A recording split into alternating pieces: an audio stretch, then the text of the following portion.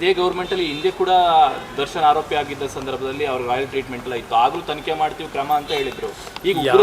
ಈಗ ಅದಕ್ಕೆ ನಾನು ಹೇಳಿದ್ದು, ಇಲ್ಲಿ ಈ ಸರ್ಕಾರದ ವೈಫಲ್ಯಗಳೇನಿದೆ ಇದು ಪ್ರತಿನಿತ್ಯ ನೀವು ಕಾಣ್ತಾ ಇದ್ದೀರಿ.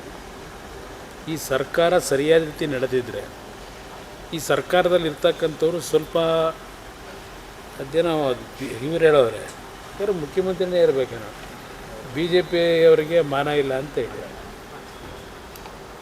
ಇವತ್ತು ಇವ್ರಿಗೇನಿದೆ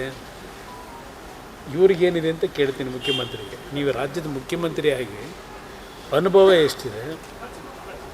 ಇಂಥ ಅನುಭವ ಇಟ್ಕೊಂಡೇ ಇಲ್ಲಿ ಇಂಥದ್ದೆಲ್ಲ ನಡೆಯೋದನ್ನು ಭಾಳ ಲೈಟ್ರ್ ವೇನಲ್ಲಿ ತೆಗೆದುಕೊಂಡೇ ಹೊರಟಿದ್ದೀರಿ.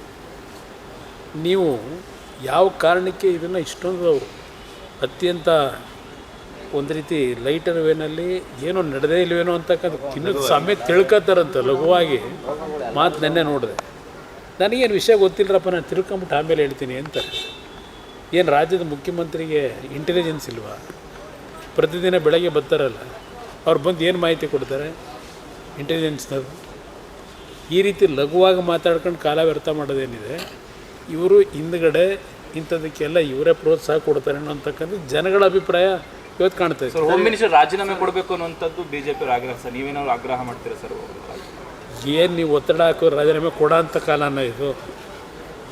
ಯಾವುದೇ ಕಾರಣಕ್ಕೂ ಈ ಸರ್ಕಾರದಲ್ಲಿ ರಾಜೀನಾಮೆ ಕೊಡ್ತಕ್ಕಂಥ ಅಷ್ಟೊಂದು ಪಾವಿತ್ರ್ಯತೆ ನೈತಿಕತೆ ಉಳಿಸ್ಕೊಂಡಂಥವ್ರು ಇಲ್ಲ ಇವರು.